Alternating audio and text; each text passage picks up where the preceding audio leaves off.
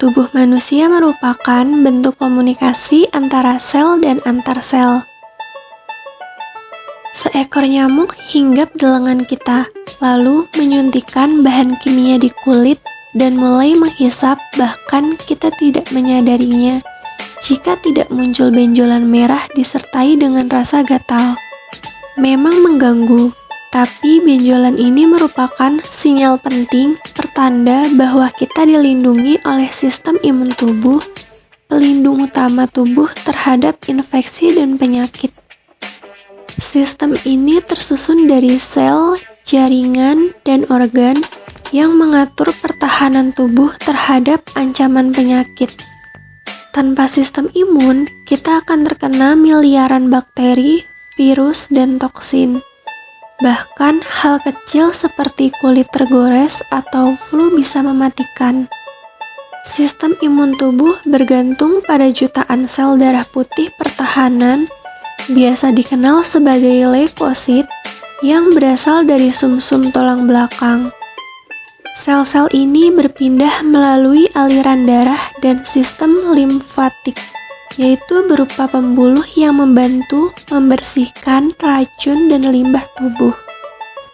Tubuh kita penuh dengan leukosit, terkandung 4.000 hingga 11.000 sel darah putih pada setiap mikroliter darah.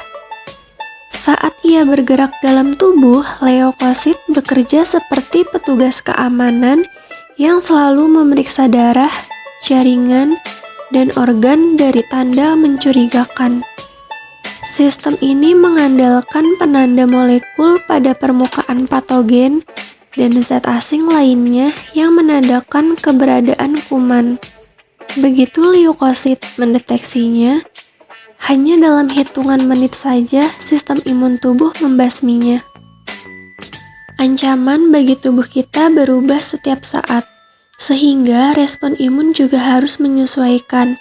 Berarti kita memerlukan beragam jenis leukosit guna mengatasi ancaman lewat cara yang berbeda. Terlepas dari keberagaman ini, leukosit dibagi menjadi dua, yaitu fagosit dan limfosit. Pertama, fagosit yang mendorong respon imun tubuh dengan mengirim makrofag dan sel dendrit ke dalam darah.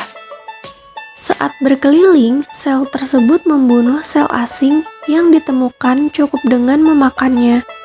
Dengan demikian, fagosit bisa mengenali antigen pada kuman yang baru ditelannya dan mengirimkan informasi ini kepada limfosit.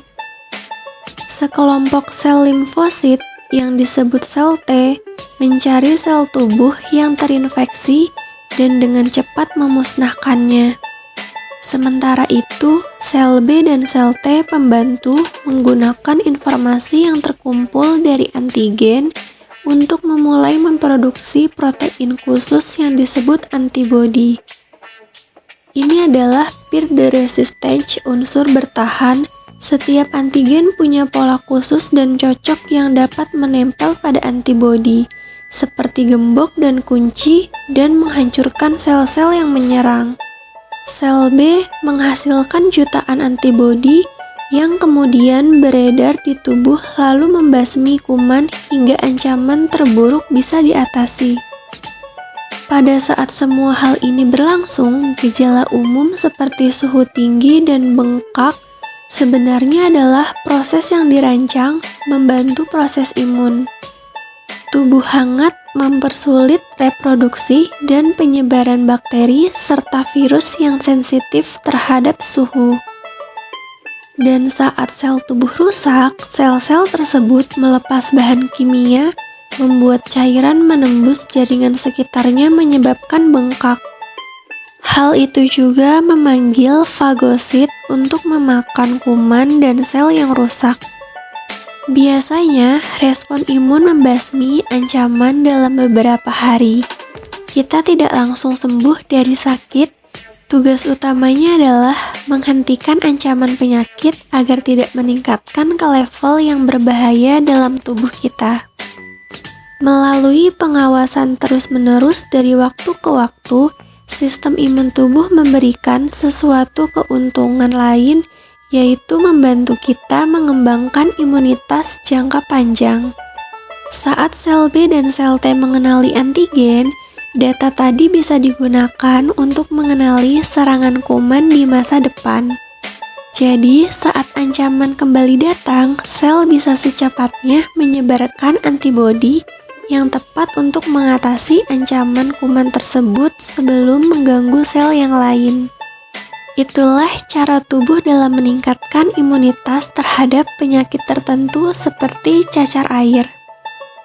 Sistem imun tidak selalu berjalan dengan baik. Ada kalanya pada beberapa orang ada yang menderita penyakit autoimun yang mengecoh sistem imun tubuh sehingga menyerang sel tubuh sendiri yang sehat.